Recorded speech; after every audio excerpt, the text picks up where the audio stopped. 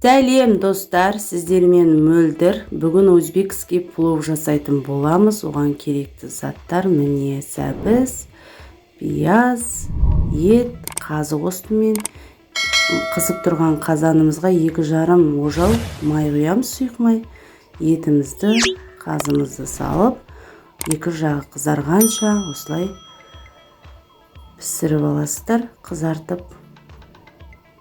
Сосын 200-300 граммдай пияз қосасыздар. Пиязы көп болса әдемі шығады. Сап-сары етіп осылай қуырып аласыздар. Бұның пиязы сонда пиязды сары қып қуырып алсаңыздар, плов сап-сары әдемі болып шығады, қызыл болып. Енді 700 граммдай сәбіз салып, оның үстіне зира саламыз. Дәмі әдемі болу үшін керемет дәм береді. Осылай қуырып аламыз, тұз салып. Қуырып араластырып отырамыз.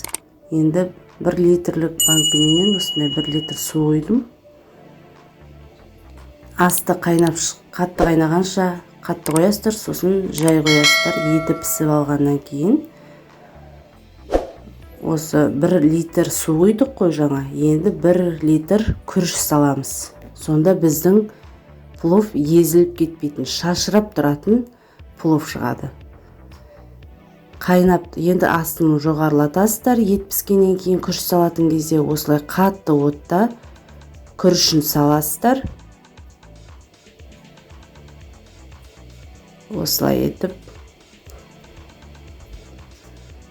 күрішкісін жауып қоясыздар. Қатты қайнағаннан кейін астын баяу отқа қоясыздар.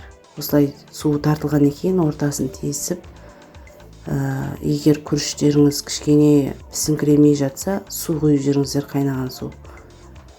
20 минутта осындай дайын болады. Араластырып, жақсылап етін алып, осылай әдемі плов, дәмді пловты істеп көріңіздер.